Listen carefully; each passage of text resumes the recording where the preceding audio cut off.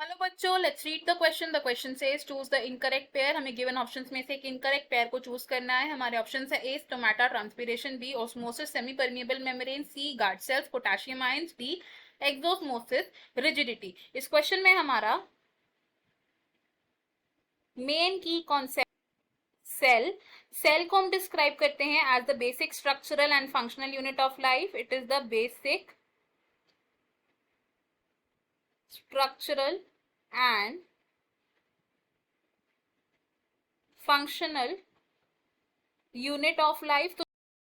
तो जितने भी लिविंग सिस्टम्स हैं they are composed of different types of cells जो डिफरेंट फंक्शंस को परफॉर्म कर सकते हैं। सबसे पहले अगर हम बात करें स्टोमेटा की,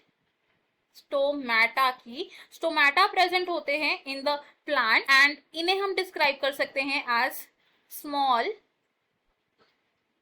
पोर लाइक स्ट्रक्चर्स जो कहां प्रेजेंट होते हैं, mainly in the epidermal region of the plant leaf. अब ये जो स्टोमेटा है इनके दो मेजर फंक्शंस होते हैं, टू फंक्शंस होते हैं mainly, which are transpiration and second function होता है इसका गैसियस एक्सचेंज। ट्रांसपिरेशन की बात करें तो ट्रांसपिरेशन होता है जब एरियल पार्ट्स ऑफ प्लांट से वाटर लॉस होता है थ्रू इवेपोरेशन। सेकेंड बात करते हैं ऑस्मोसिस की। ऑस्मोसिस है एक ऐसा मीन्स ऑफ ट्रांसपोर्ट जिसमें वाटर मॉलिक्यूल्स मूव करते हैं। वाटर मॉलिक्यूल्स क्या कर रहे हैं, they are moving from higher to lower concentration and ये जो वाटर मॉलिक्यूल्स की मूवमेंट है ये हो रही है थ्रू अ सेमी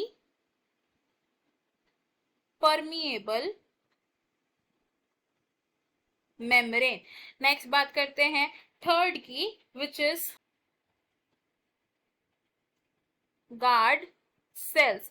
तो स्टोमेटल एपरेटस की अगर बात करें अबाउट स्टोमेटल एपरेटस, तो स्टोमेटल एपरेटस में प्रेजेंट होता है एक stomatal pore. It has a stomatal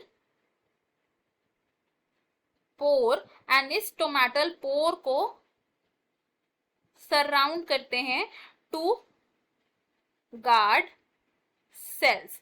अगर डायग्राम के थ्रू देखें तो गार्ड सेल्स कुछ इस तरीके से होते हैं। ये टिपिकली बीन शेप्ड सेल्स होते हैं। दीज आर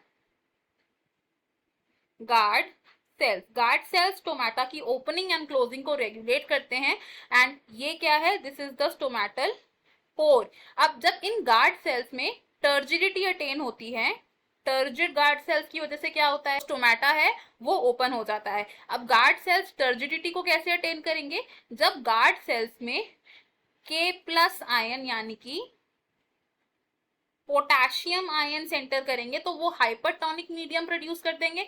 हाइपरटोनिक मीडियम को बैलेंस करने के लिए गार्ड सेल्स में क्या एंटर होगा, H2O एंटर होगा यानी कि वाटर एंटर होगा। और जब गार्ड सेल्स में वाटर एंटर होगा तो ये गार्ड सेल्स टर्जिड हो जाते हैं एंड टर्जिड होने की वजह से जो स्टोमेटा है वो ओपन हो जाता है। नेक्स्ट बात करते हैं फोर्थ की, विच इज एक्सोस्मोसिस। एक्सोस्मोसिस का मतलब होता है जब सेल से बाहर पानी मूव करता है, वाटर